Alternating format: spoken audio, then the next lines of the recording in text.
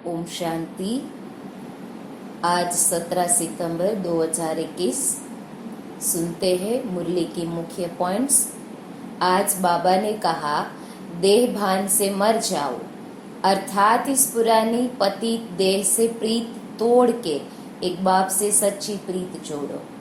और बाबा ने आज कहा, ज्ञान के जेवरों से सदा सजे सजाए रहना, यही तुम्हारी नेचुरल ब्यूटी है। और बाबा ने कहा कि बापू गांधी, जिसको भारत का पिता समझते थे, वह भी कहते थे, हे पतित पावन आओ।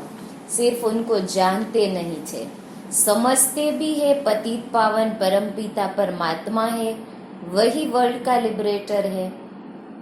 बाबा ने कहा, बाप तो दुखों से लिबरेट करते हैं, तो फिर अच्छा दुख देने वाला कौन? बाप तो दुख दे न सके क्योंकि वह पतित पावन है। और बाबा ने कहा, तुम्हारे पास अच्छे अच्छे गीत बनाने वाले आएंगे। गीत अक्सर करके पुरुष ही बनाते हैं। तुमको कोई भक्ति मार्ग के गीत आदि नहीं गाने हैं, तुम्हें तो एक शिव बाबा को ही याद करना है। और बाबा ने कहा, शिव को कहते हैं बिंदी। व्यापारी लोग बिंदी लिखेंगे तो कहेंगे शिव, एक बिंदी लिखे 10 हो जाएगा, फिर बिंदी लिखो तो 100। तुमको भी शिव बाबा को याद करना है। जितना शिव को याद करते हो तो आधा कल्प के लिए बहुत साहूकार बन जाते हो। और बाबा ने कहा कि सब सतयुग में सुखी रहते हैं, दुख का नाम नहीं। बाप की याद से विकर्म विनाश हो जाएंगे, तुम बहुत धनवान बनेंगे। और बाबा ने कहा कि कहते हैं, धंधे सब में धूर, बिगर धंधे नर से नारायण बनाने वाला एक बाप है। यह धंधा कोई विरला करे। बाप का बनकर सब कुछ दे सहित बाप को दे देना, क्योंकि तुम जानते हो हमको नया शरीर चाहिए। और बाबा ने कहा कि अभी तुम जानते हो बाप आया है हमको साथ ले जाने, वहां जाना तो अच्छा है ना। मनुष्य शांति चाहते हैं। अब शांति कहते किसको है यह नहीं जानते।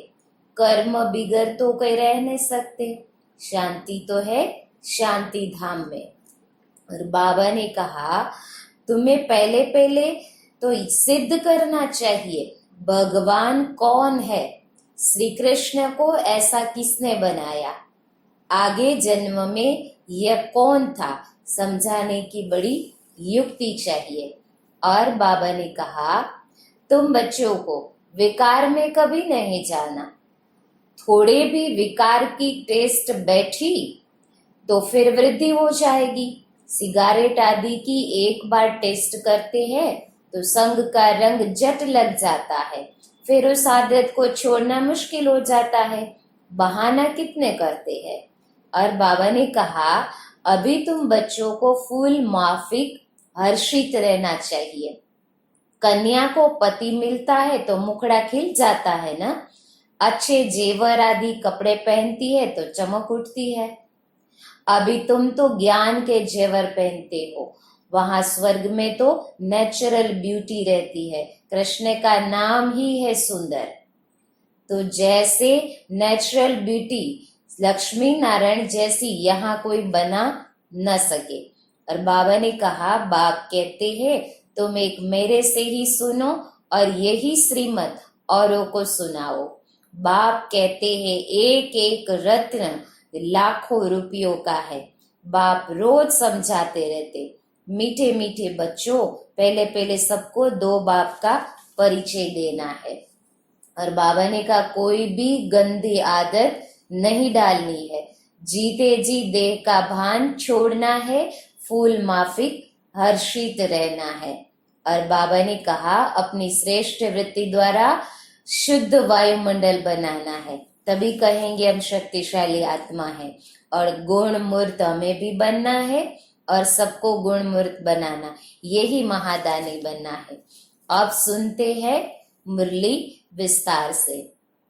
मीठे बच्चे, इस देह भान से मर जाओ, अर्थात इस पुरानी पतित देह से प्रीत तोड़ एक बाप से सच्ची प्रीत जोड़ो।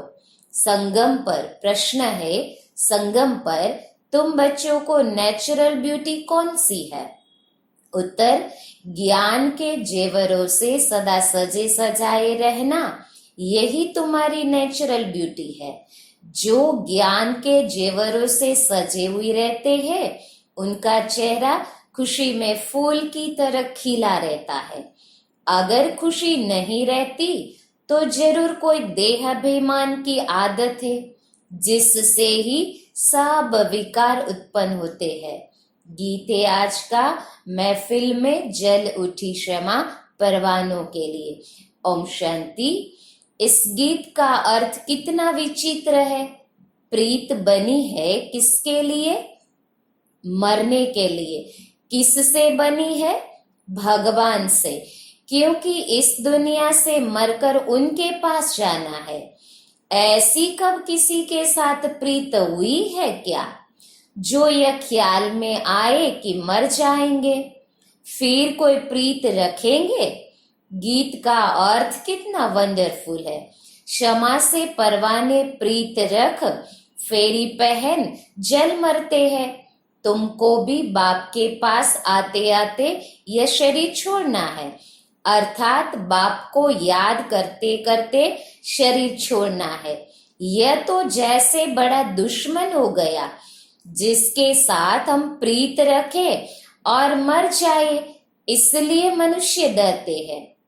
दान, पुण्य, तीर्थ यात्रा आदि करते हैं भगवान के पास जाने के लिए। शरीर छोड़ते हैं तो मनुष्य कहते हैं भगवान को याद करो। भगवान कितना नामी ग्रामी है। वह आते हैं तो सारी पुरानी दुनिया को खत्म कर देते हैं। तुम बच्चे जानते हो, हम इस यूनिवर्सिटी में आते ही है पुरानी दुनिया से नई दुनिया में जाने के लिए। पुरानी दुनिया को पतित दुनिया, हेल कहा जाता है। बाप नई दुनिया में जाने का रास्ता बताते हैं।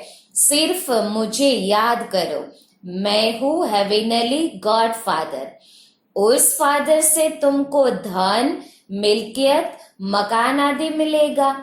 बच्चियों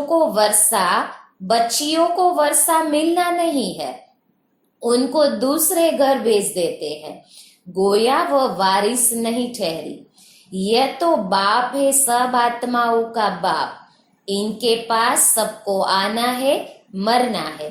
कोई समय जरूर बाप आते हैं, सबको घर ले जाते हैं, क्योंकि नई दुनिया में बहुत थोड़े मनुष्य होते हैं। पुरानी दुनिया में तो बहुत है।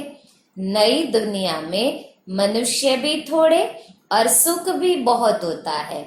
पुरानी दुनिया में बहुत मनुष्य है तो दुख भी बहुत है, इसलिए पुकारते रहते हैं।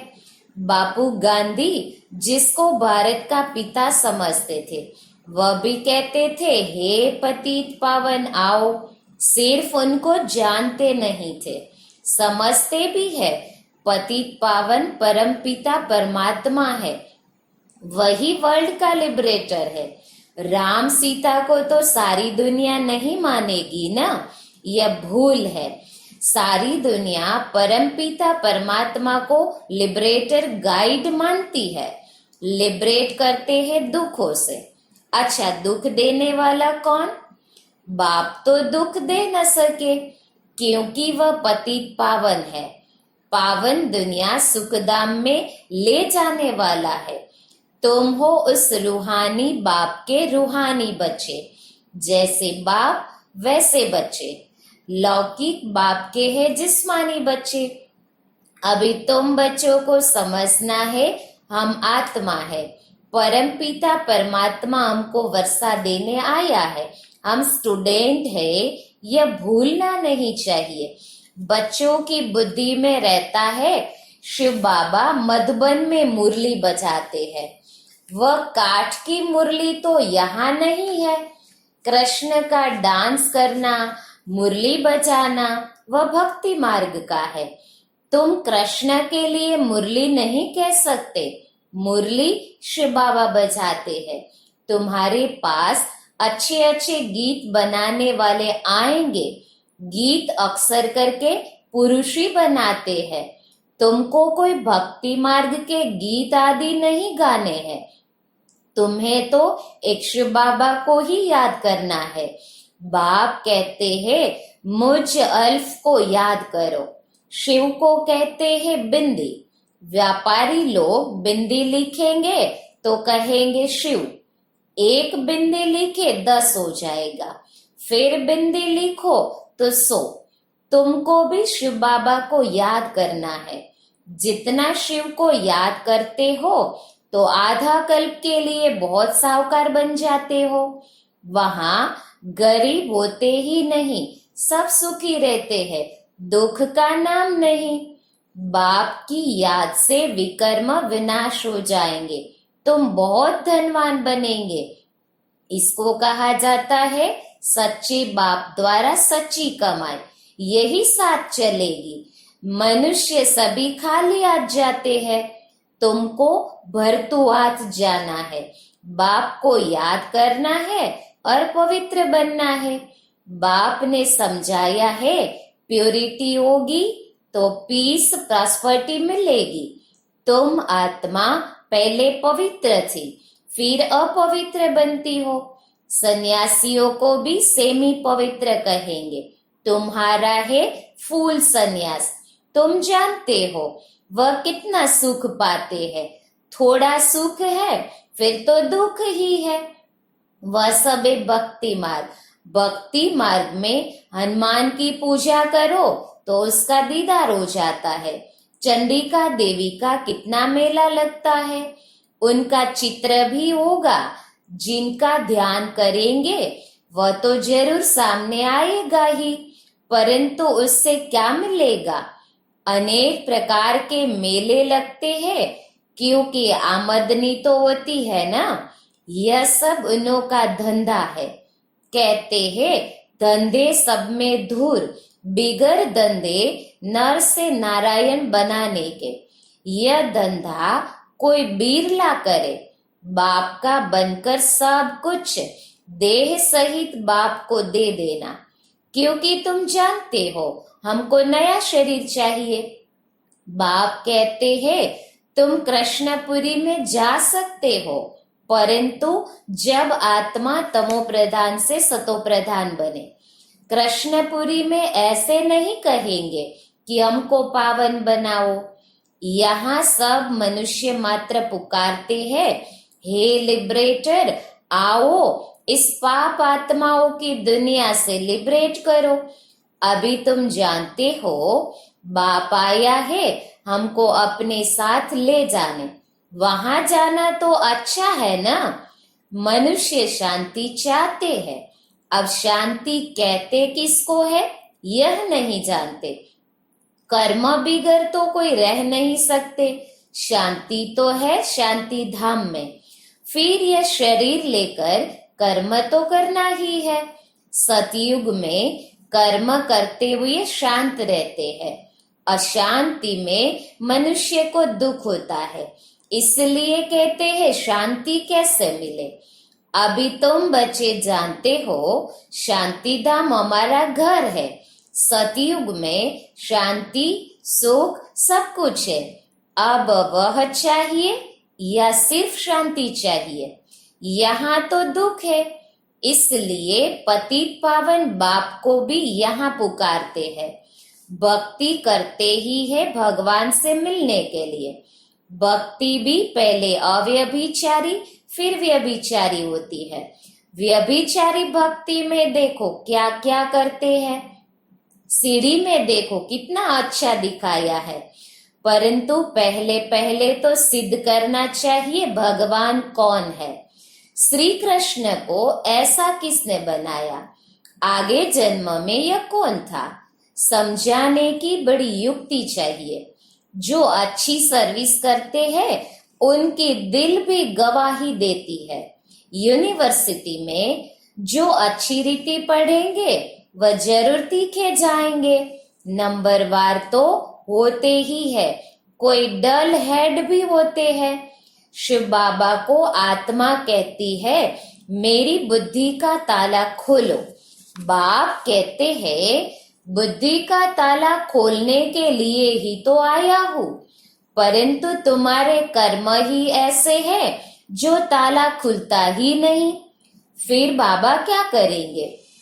बहुत पाप किए हुए हैं। अब बाबा उनको क्या करेंगे? टीचर को कहेंगे हम कम पढ़ते हैं। टीचर क्या करेंगे? टीचर तो कोई कृपा नहीं करेंगे, करके एक्स्ट्रा टाइम रखेंगे। वह तो तुमको मना नहीं है, प्रदर्शनी खाली पड़ी है, बैठकर प्रैक्टिस करो। भक्ति मार्ग में तो कोई कहेंगे माला फेरो, कोई कहेंगे यह मंत्र याद करो। यहाँ तो बाप अपना परिचय देते हैं, बाप को ही याद करना है जिससे वर्षा मिलता है। सतयुग में तो पारलौकिक बाप का वर्षा मिल जाता है, फिर याद करने की दरकार ही नहीं रहती। 21 जन्मों के लिए वर्षा मिल जाता है, तो बाप से अच्छी रीति से वर्षा लेना चाहिए ना। इसमें भी बाप कहते हैं विकार में कभी नहीं जाना। थोड़ी भी विकार की टेस्ट बैठी तो फिर वृद्धि हो जाएगी। सिगरेट आदि की एक बार टेस्ट करते हैं तो संग का रंग जट लग जाता है, फिर उस आदत को छोड़ना मुश्किल हो जाता है। बहाना कितने करते हैं, आदत कोई नहीं डालनी चाहिए, छी आदतें मिटानी है। बाप कहते हैं जीते जी देह का भान छोड़ो, मुझे याद करो। देवताओं को भोग हमेशा पवित्र ही लगाया जाता है, तो तुम भी पवित्र खाओ। अभी तुम बच्चों को फूल माफिक हर्षित रहना चाहिए। कन्या को पति मिलता है तो मुखड़ा खिल जाता है ना। अच्छे जेवर आदि कपड़े पहनती है तो चमक उठती है। अभी तुम तो ज्ञान के जेवर पहनते हो, वहां स्वर्ग में तो नेचुरल ब्यूटी रहती है। कृष्ण का नाम ही है सुंदर। राजा रानी प्रिंस प्रिंसेस सब सुंदर होते हैं। वहां प्रकृति भी सतो प्रधान हो जाती है। लक्ष्मी नारायण जैसे नेचुरल ब्यूटी यहाँ कोई बना न सके। उनको कोई इन आंखों से देख थोड़ी सकते हैं।